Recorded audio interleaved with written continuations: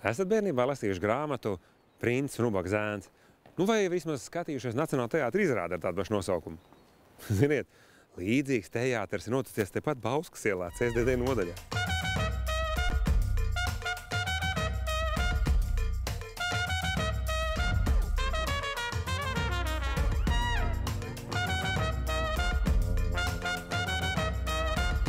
Nu, lūk, kas tad te bija noticies? Šeit CSDD telpās Bauskas ielā, tur man aiz muguras ir teorētisko eksāmenu zāle. Cilvēki atnāk, piesakās eksāmenam, parāda savus dokumentus un dodās kārtot eksāmenu. Bet daži pamanās atnākt uz eksāmenu cita cilvēka vietā ar līdzīgu seju un līdzīgiem dokumentiem. Nu, tā arī mūsu varona šoreiz bija izdarījis.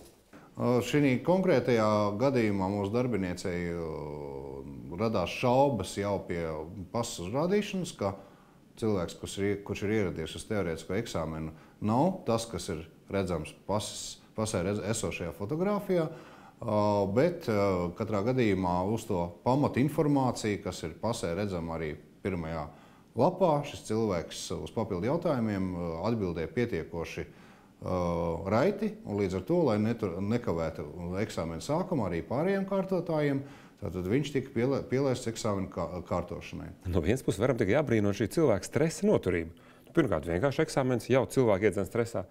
Otrkārt, jūs atnācis ar cita pasi, tev vēl ir uzdevuši dažus šaubīgus jautājumus, un tu tagad koncentrējies uz visiem šiem satiksmes noteikumiem un kaut kā tiec ar tiem galā.